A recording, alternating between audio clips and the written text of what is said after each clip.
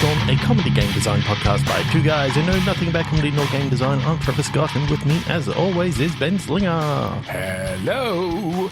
So today we're gonna do something a little bit different, just because that's what I thought about. Hey Ben, what three words? Okay, there you go. I didn't know where we were going with this.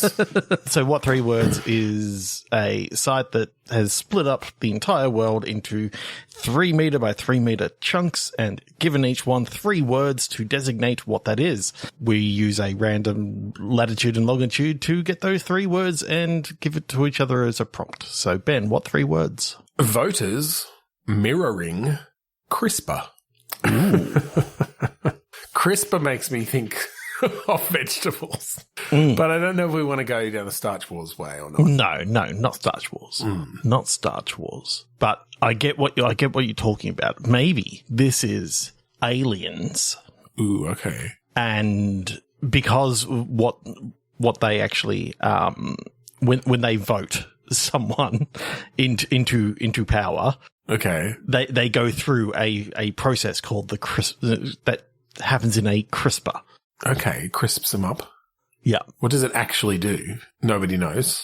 It hardens their shell, basically. Oh, okay. So these are aliens. They have soft outer shells initially. Yeah. They're like soft shell crabs, and the CRISPR just crisps them up. But it means that they're more protected. Yeah, because I think in this world, and this is just me coming up with stuff off the top of my head, in this world, it's very much like Black Panther in the fact that people in power get, somewhat superhero things, and they have to do some protection. Yeah. Okay, so an alien. All right, so is this like an action sort of game then? Is crisping perhaps only one of the things that you can do to modify yourself? Yeah, and it's not permanent. It needs to happen a little bit more like. Well, I mean, it could almost just be your armor. You could boil it down, pun not intended if you're crap, to just you crisp yourself up and now you've got armor, and those outside bits of you get knocked off and you have to like crisp yourself up again, replenish that thing. Okay, I like that. I like that a lot. Are you actually crab-like creatures? Like, do you have claws and little beady eyes or on stalks, or is it just that exoskeleton? It's just an exoskeleton sort of thing. And you're the latest one who's been voted into getting this power. Yes, yeah, and so you're going through the process. Yeah, and I for some reason I think of this as like potentially a part point and click, part side scrolling beat 'em up, like. You've still got like your regular duties to sort of do, but then there's the occasional like action scene that. So it's part political thriller of this alien, civilization, and part side-scrolling beat 'em up a la Double Dragon. Yeah, Golden Axe. Yeah, probably more Golden Axe. More Golden Axe. Okay, all right, I like that. You're almost a bit of a Batman-ish type thing then. It's like, all right, oh shit, like something's going down, but I've got to crisp up and get out. Yeah, and so you go down. You being rather rich, you've created a crisp pole. So you can just get onto the pole. It's like and a pizza oven. It's like a pizza oven where, as the time it takes you to go through it, by the time you get to the bottom, you're all crisped up. A crisp pole. Get on the pole. Mount that pole. How do we fucking introduce this world to the player? How do you give her enough of this backstory? I mean, I guess if it's the point and click stuff to start with, it introduces all of that, and the intro is you getting voted in, and then you've got a bit of like meeting your staff, finding out about some of the key problems in the world. One of which is, I don't know, invasions of something that you have to fight against. Is it a neighboring country, planet? Are they Earthlings? I think what it is there's a parasite that is being detected in the neighboring county or neighboring country or whatever. Yeah. And when it takes over, these people's minds, they turn into mindless killers sort of thing. So you got to go kind of beat the crap out of them and work out, I like the idea. I like them. I like that it's almost something like was it the brain slugs in Futurama? You just like sit on their head and take them over. That as you're doing this beat 'em up, you're not actually like punching people. You're coming and you're wearing them down until you can tear this thing off their head. And you've got these different finishing. Like I'm just picturing, one finishing move is just like literally punching them in the face and the thing flies off the back of their head and hits a wall. Another one is like you do a flip over the top of them and grab it on the way off and yank it off their head and squish it. Like some great moves as you're pulling these slug type things off of the heads of these people, and then they're like, "Oh, thank you," and they run off screen. Yeah. One of the things is though, what happens is that the boss of each area happens to be another crisped up enemy. Oh, it's the crisped up. Okay, each of the levels is you like clearing the brain slugs from a region or from another, country or whatever. Who, they have their own crispy hero. And that could just president. Be President Crisp, Prime Crisp Minister. The crisp minister. The Minister for Crispness. Merry Crispness, everybody. That's the end. It's like, Merry Christmas, movie house. Father Crispness. Father Crispness. He just goes around with a flamethrower. No, he's crisp. He's the crisp one. Yeah, I like the idea of you going through and you come up against one of these enemies, and the further you go into the game, you realize that like these brain slugs aren't actually like from another planet or anything like that. They're actually being made. Oh, okay. Well, and that's where the point and click bits come in, is you starting to figure out like getting behind the mystery. You've got your, equivalent of your CIA and stuff, like searching things out and trying to track down sources, which maybe gets you a mission where you're smashing your way through a lab where there's, it is still CIA. It's just Crisp Intelligence Agency. Yeah, definitely. Federal Bureau of Encryspination. Investor Crispness. Crispin Crispus of Crispus Crispy Crisp. And then, and of course you've got some relationship drama in there, like, your wife is drifting away from you because you're so focused on finding who's creating the brain slugs, and then you later in the game reconcile and everyone's happy again, and lots of stuff in there that turns out that she's actually a scientist in the lab that created this, but she's not. Right. Yeah, she's been coerced into you got to reconcile with her to try and get her help, because you realize that she's in danger because her boss is actually the one creating this stuff, and then of course she doesn't come home, and so you got to go through your side scrolling thing, and at the end the boss has got her about to brain slug her, and you don't want to punch your wife, yeah, that's the whole thing at the end. He's like, he puts the brain slug on her and you can't attack. It's the whole twist ending where you have to, I don't know, talk to her until it falls off naturally, because it can't handle the strong emotions and how much you love each other. Or the love seeps into the brain slug. And then you realize that the entire time you could have just been talking instead of beating the shit out of this thing. There's all these people with black eyes just being like, what? You could have just asked. Turns out that it didn't actually do anything. It wasn't even affecting their cognitive abilities. It was just on there, and people were just wearing them for fashion. Shit. Although it could be, and you'll appreciate this, because I just watched the Slow Invasion episode of Doctor Who, with the cubes. Yeah. And so it could be that sort of situation where they're all wearing them as hats, but then they activate. That was a pretty cool episode. Power of 3. All right. 3, 2, 1. What 3 words, Trevor? Humiliated, undersea, eclectic. Humiliated, undersea, eclectic. Okay. So this might be telling.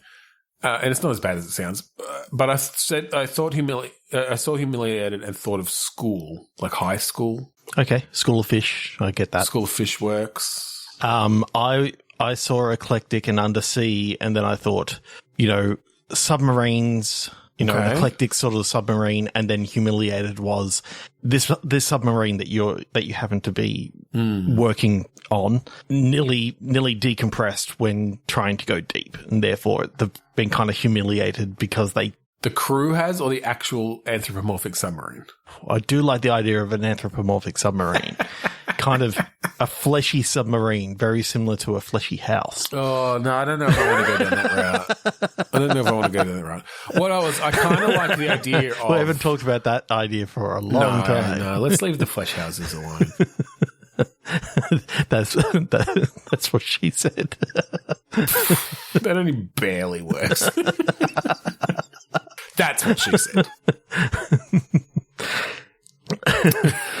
No, I think I like the idea of almost like a small town's worth of people, but they're living on a submarine. I don't know if this is a world where everyone's had to retreat underwater because of global warming or something. And so everyone's living in these submarines that are essentially little towns. And then you maybe play a school kid in this town, like a high school kid, but you're getting your whole town is sort of the butt of humiliation because, I don't know, things have gone down that you don't have a good reputation amongst all the other sub towns. That they got disqualified from, the world's best submarine competition because of they compete. They have high school sports and stuff, maybe. Yeah, different. Oh, I do love this idea. Different sub-towns meet at a place for scheduled games and play each other in the tournaments. So what is a collection of submarines called? A nucleus of submarines. Ooh, I do like that. Nucleus of submarines. There's got to be an actual collective noun. Collective noun submarine. Pod of submarines? A fleet or flotilla is the sort of official thing, but or a pack. Fuck off. No, a pack. It's not a pack, surely. It's not a pack. Fuck off. No. A float. Yeah. A sink. A sink of submarines. A ballast. A ballast of submarines. We'll go with that. A ballast of submarines. There you go. It doesn't really make sense. But it doesn't really make sense. I was thinking a quantum of submarines. I'm like, it doesn't really make sense. No. But yeah, ballast. Ballast makes sense because it's a submarine word. It's a term. Yeah, it's a submarine term. So yeah, a ballast of towns gets together for the regular. What do they play? Is this something? This is presumably something where people come out in their gear, in that they've got stuff that can work in the pressures of the deep ocean. Yeah, what I think is it's an underwater version of polo. Okay, it's deep water polo. Deep water polo. The ball just keeps floating up in the air and you've got to catch it. It's still buoyant. Oh, God. No. But it's not as fastly buoyant. There is a little bit of air in there. Yeah, maybe. Okay, I do kind of like the idea of, because it would presumably move fairly slow through the water. Yeah. But that's part of it. You've just got this ball arcing through the air towards their side, and you're grabbing each other, pulling each other back, fighting to get to it, to reverse it and send back to your own goals and stuff. That's kind of interesting. Okay. And in between each play, you've got to get over to the oxygen tank to bring in some air. Masks on? You've got goggles on, right? And to get air, you have to go over, and you got your whole team thing. Okay. You can hold in some air, and then you can go out again, and Right, interesting. So it's, I guess because these, this has been generations now of living in these subs. Yeah. So everyone can hold their breath for minutes at a time. Yeah, we're talking Guybrush Threepwood level of. Yeah, so you got 10 of minutes. Holding your breath. So you got 10 minutes, but each time you get hit, you lose a bit more air. You get hit. Oh, I love what you could do with bubbles for that. Just graphically, that'd be cool. But yeah, I think your team has come last. Yes, and that's just one of the ways that your team's been humiliated. Well, I think it's one of these underdog sports stories. Then it's like Mighty Ducks or whatever, or a Sandlot. No, that's not a sports one, is it? I don't know. Now, do you fall in love with a cheerleader from the other side? So it's one of these things that, or something. Somone from the other side then. Yeah. Someone from the other side. Yeah. The scorer. Their umpire. I don't know. Yeah. You have a meet cute in the middle of the ocean when you both bump heads. Yes. And you look into each other's eyes, and then you realize, oh shit, I need more air, and they help you get eyes as yours start to bulge from the lack of oxygen. and they help you down to their oxygen tank, and they give you a little bit of air, and you go back to your team, and they're all like razzing you and saying like, why are you over with the enemy? And you're like, oh, I don't know, they're okay, like a teenager would. Yeah. Okay. Now I'm imagining that they've got these massive diving bells that everyone swims up underneath, and that's where they're talking. That's where the coach is sitting inside the diving bell. Yeah, it's like your not your dugout, your whatever where the team sits in baseball. Yeah, that's cool. You've got these big diving bells on either side. They're like, are they transparent though, so you can like see the coach sitting in there, or at least partially? Yeah. So you look over and you see the coach just reaming out that. Yeah, but it's soundproof. Other player, but you just see the waggling the finger at them, and Okay, I really quite like this world we're building up. Yeah. So is this, in almost a similar way to the last one, is this a mix between point and click and then sports gameplay where you're actually playing the game? I think it's a little bit more like third-person-y. Yeah. Throughout. Okay. There are some click and point and click some mechanics click and in the fact. Some click and point. Who are you? Michael from Reset? God damn it. That's a pull. Yeah. I hope you're still listening out there, Michael, somewhere. Haven't seen you in a few years. I'm actually friends with him on Epic, and I saw him playing Fortnite a little while ago, so we might end up catching up with him on there. Tell him we called him out. Okay, so less point and click or click and point, and more like you still some like conversation stuff, maybe some light inventory stuff. Yeah. Almost a bit. It's giving me. Did you ever play Dodgeball Academia? It was on Game Pass for a while. Sort of more RPG-ish, but a lot of the main gameplay of it was playing dodgeball with the different mechanics that they gave you. But then you'd like run around the school and do quests and talk to people and stuff. Cool. No, I haven't. Never played that. So kind of in that vein. But I think 3D, obviously. Yeah, not 2D, because stuff 2D. Well, and that'd be really hard to do. Well, I guess you could have just side-on single plane for the polo stuff. I like third person. But third person's cool. Yeah. Cool. Ben, what 3 words? Briefs, expressly, mobs. So we don't really call them here, but briefs makes me think underwear. We don't really use that term. Because of brief battles. Well, I mean, but brief battles is because briefs are a type of underwear, obviously. Even though it's not particularly used that often, I think, in Australia. It could also be like legal briefs. Ooh. That could bring in the mob stuff. Although I don't know if I want to go down the organised crime. Maybe it's mobs as in enemies in a game and you're their lawyer. You're suing the heroes. After being beaten assault, up. Yeah, like So it's all these people who have just had their brain slugs removed, and they're now suing the leader of this other country because Chris Nation. Although I do kind of like the idea of being a lawyer for video game bad guys. Yeah, that's kind of interesting. Whether you're a defense lawyer for the crimes that they've committed, or you're prosecuting. Yeah, you're like bringing claims against the hero for, unlawful assault or whatever. I don't know lawyer terms. I don't know lawyer speak, especially because the Australian legal shit is very different to the American one. Yes. What's a barrister anyway? Can't we just have a lawyer and do we have to wear those stupid wigs? Like, I don't get that. In this game, you definitely have to wear stupid wigs, but because it's part of your character creation, you get to like just choose from a great selection of wigs and unlock them as you go. So it's not the typical white wigs. It's like that's just one. Maybe you start with that one, and then like after your first case, you unlock a second wig. You can have a mullet. Yeah, or it's just like a big beehive. Or the only thing is they can't be a natural hair color. Other than that, it's all good. They all have to be powdered.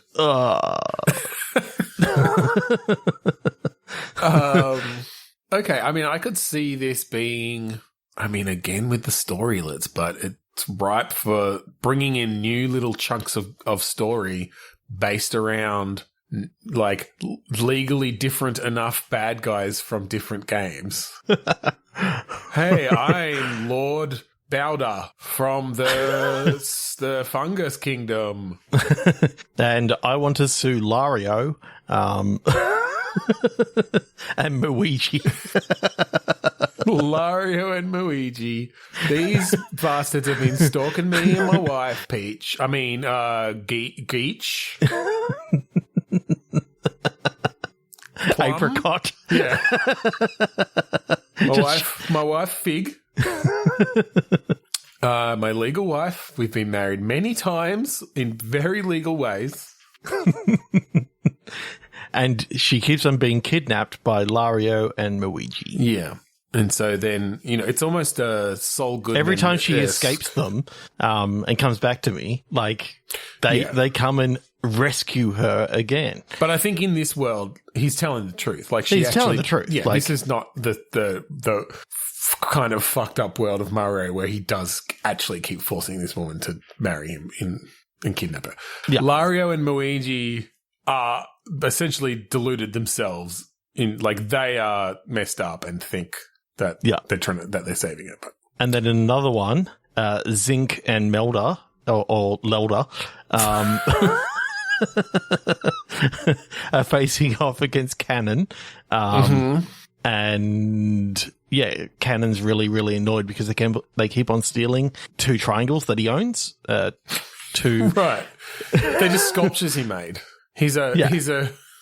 They're made of gold. Wannabe sculptor, and he's an artist. He's trying to sell them on Etsy, but they keep stealing them. Yeah. Mm-hmm.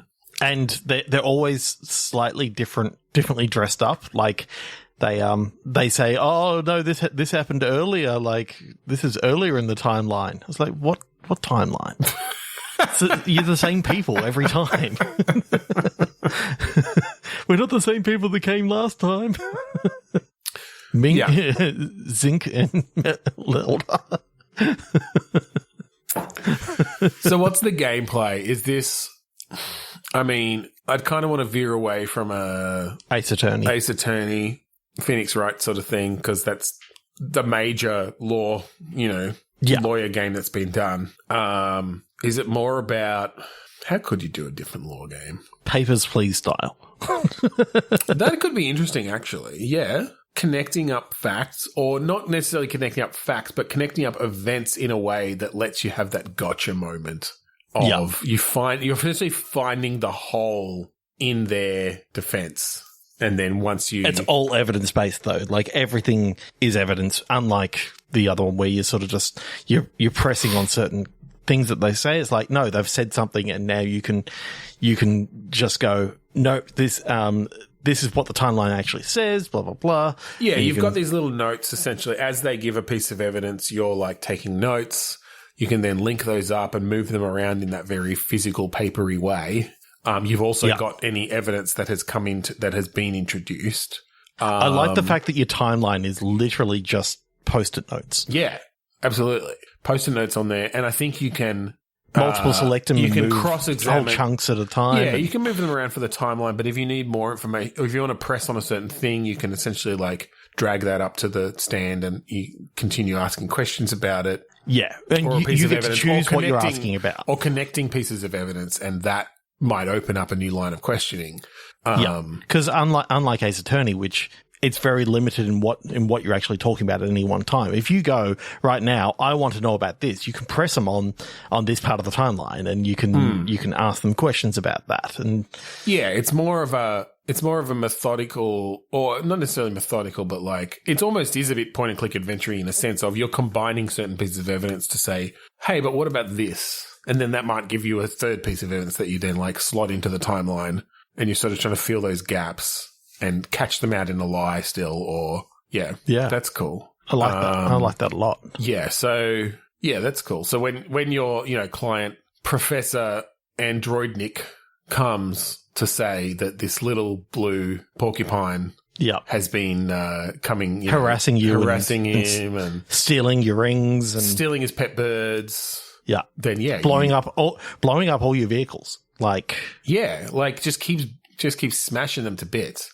And so, you know, and you're up there and saying, so Ronick, can I just call you Ron? Why do you have to go fast? Can you tell us about that? And then you can put together the timeline of, you know, this day in question. On the day in question, a blue blur was seen. And a blue blur was seen in the green dune zone. Was that you? All right, I think 3, 2, 1 words, one more. Yeah. Okay. 3, 2, 1 words. Okay, here we go. Get some words. Better, poetical, weather vane. Okay. So let's steer away from writing any sort of poetry, because that never works in a game. But weather vane, I like the weather vane. I like the idea of a better weather vane. What is a better weather vane? I mean, hopefully it predicts, or maybe it's just instead of a like cockerel on there, it's like some fucking cool dragon. Oh yeah, fuck yeah! That's the dragons are so much better than chickens. Yeah, and it's a story about this guy who's selling weather vanes on his Etsy store.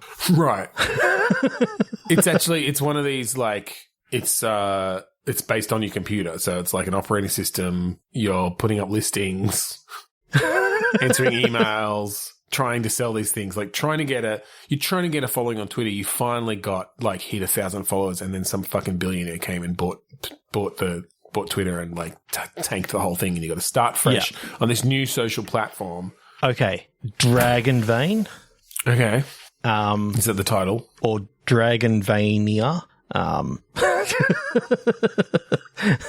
Maybe you could put castles on there too, because that kind of goes with dragons. Yeah, Castlevanias. Castlevanias, yeah. I don't think that's. Yep, I think that's really good. Then you can have different things. Like you have knights, you can have, you know, castle gates that come down, and dragons towers in which there can be princesses. In this other one, you can see Rapunzel. Then there's a Dracula one. Yeah, a whip. Yeah, that might be hard to get across. I mean, I guess like have it coiled. Yeah, coiled whip. Yeah. Yep. So these are all designs you can unlock, I guess. On your Etsy store, Castlevania. Don't think that's taken. It's a cross between Castlevania and Mania. So yeah. That's how I got. I'm not going to Google it, but I'm sure that hasn't been done before. I'm sure it hasn't been done before anyway. So anyway, a better Castlevania is all to do with weather vanes and selling them on Etsy. Yeah. Etsy, and like building up your business via social media. And then you got some relationship stuff that starts going. You get an email. Yeah. And it's from a little company called Konami, and they send you like a this weird thing called a cease and desist. Yeah, called a cease and desist. And you throw it in the bin to start with, and then they send you another one. Yeah, and they send a hitman. They literally send a hitman to take you out. And that's when it actually like pulls away from the screen for the first time. Like it's been about 3 hours into the game, but the camera kind of pulls away from the screen that it's been on the whole time, and now it changes into like a stealth escape game as this hitman hunts you through your house. Yeah, and then we get another cease and desist, and it's from like IO Interactive. Yeah, and they send not a hitman because that would they send a bounty hunter, and then Nintendo get involved because this one was called Samus. Yeah, it's a real problem. And then because you called your next one Space Pirates and Ripley Well, no. What I find funny, or Ridley, or whatever. I find interesting is that they haven't sent them after you. They've sent them after the previous bounty hunter, who was coming after the previous hitman, who was coming for you. Yes. Yeah. That's the end of today. If you'd like to find us online, go to podchaser.com/bitstorm. All of our episodes are up there. Leave us a review. Let us know who would have come after Nintendo for their copyright that they were breaking. If you like the song that we play at the start and end of each episode, that song is called Mount Defiance off of the album Containment Failure by the band Kuradust. You can find it at kuradust.bandcamp.com. It's free. There's a number of releases, so go enjoy that. That's right. So thank you again for joining us this week on Bitstorm. I'm Ben Slinger. I'm Trevor Scott. And I'm the prosecution for Bubsy the Bobcat. And you're going down. You stole all those wool balls. Yeah, you're fucked, man.